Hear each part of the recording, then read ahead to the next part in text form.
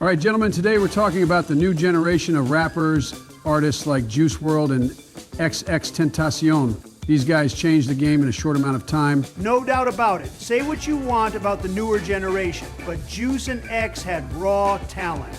They weren't just making music, they were telling stories. Yeah, I noticed that too. Back in the day, hip-hop was all about braggadocio and flexing, but these guys were all about vulnerability. They weren't afraid to talk about depression, anxiety, and heartbreak. And that's why they resonated with so many young people. They weren't just rappers, they were voices for a whole generation dealing with real struggles. I respect that, but I still think a lot of their music leaned too much into sadness. I mean, come on, where's the fun? That's the thing though, they had balance. X, for example, could drop something like sad and then turn around with look at me, which was pure energy. My bitch, you was your mess, ayy. Can't keep my dick in my pants, ayy. My bitch don't love me no more, ayy. She kicked me out on life, bro. In Juice WRLD, that man could freestyle for an hour straight and still make it sound like a hit record. That's not something you see often. No doubt, and let's not forget how much they influenced the sound of modern rap. You hear their style in so many new artists today. Yeah, but you also have to admit, some of the new guys just try to copy them without the same level of skill. Not everyone can be a Juice or an X. True, but that's what happens when someone pioneers a sound. It inspires people, but not everyone can do it at the same level. I just wish they were still here. Feels like they had so much more to give. Yeah, it's tragic, but their legacy lives on. Their music isn't going anywhere. And whether you love them or not, you have to respect what they did for hip-hop. You know who else deserves a mention? Pop Smoke. The guy was bringing drill rap to the mainstream in a way no one else was doing.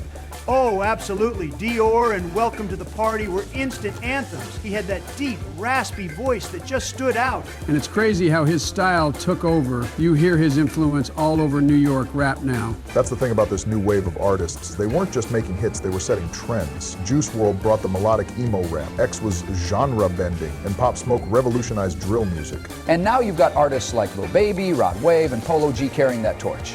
Hip-hop keeps evolving. The industry moves fast, but the real legends, their music lasts forever. Amen to that. Juice, X, and Pop Smoke, gone too soon but never forgotten. You know, it's moments like this that remind me how powerful music really is. It brings people together, helps them heal, and inspires new generations. Well said, Brock, and that's why artists like these will always have a place in hip-hop history. Well, with this Juice WRLD talk, I am officially starting the Juice WRLD song tier list. All right, gentlemen, today we're ranking Juice WRLD's albums. We got Death Race for Love, Goodbye and Good Riddance, Legends Never Die, and The Party Never Ends. Let's get started. Let's be honest here. If Goodbye and Good Riddance isn't at the top, then this whole list is a disgrace. That album defined an entire generation. I agree, Donald. Goodbye and Good Riddance is peak Juice WRLD. Every song hits emotionally, and it has some of his biggest tracks like Lucid Dreams and All Girls Are the Same.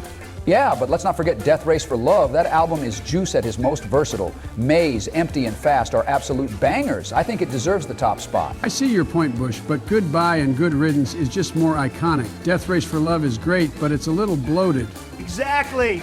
Death Race for Love had some skips. Let's be real. Goodbye and Good Riddance was straight to the point, no filler. I'd say Goodbye and Good Riddance is God tier, and Death Race for Love is goated tier. Fair? Fine, but I'm not happy about it. Now what about Legends Never Die?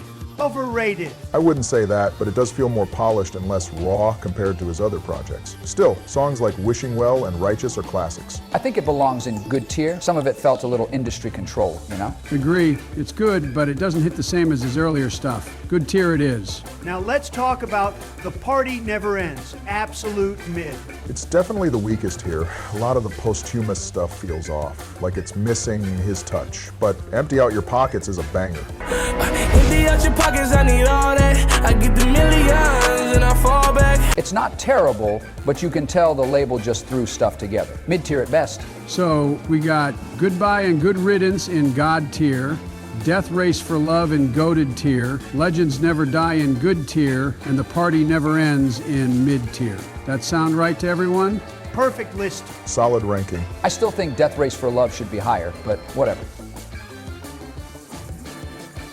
You know, one thing we didn't talk about is Juice WRLD's impact. The way he blended rap and emo influences was something special. Absolutely. He paved the way for a lot of artists today. He wasn't afraid to be vulnerable in his music, and that resonated with so many people. You know, it's crazy how much music he left behind. His vault has so many unreleased tracks. That's the thing, though. When artists pass young, their posthumous releases can feel hit or miss. It's wild to think about. If he was still here, he'd probably be leading the charts nonstop. No doubt. He had the talent and work ethic to dominate for years. Well, whether you like some of his albums better than others, we can all agree Juice was ahead of his time. And with that, this video is finished. Shout out to our recent subscribers. One normal dude, one and spent some time. Have a good day and long live Juice.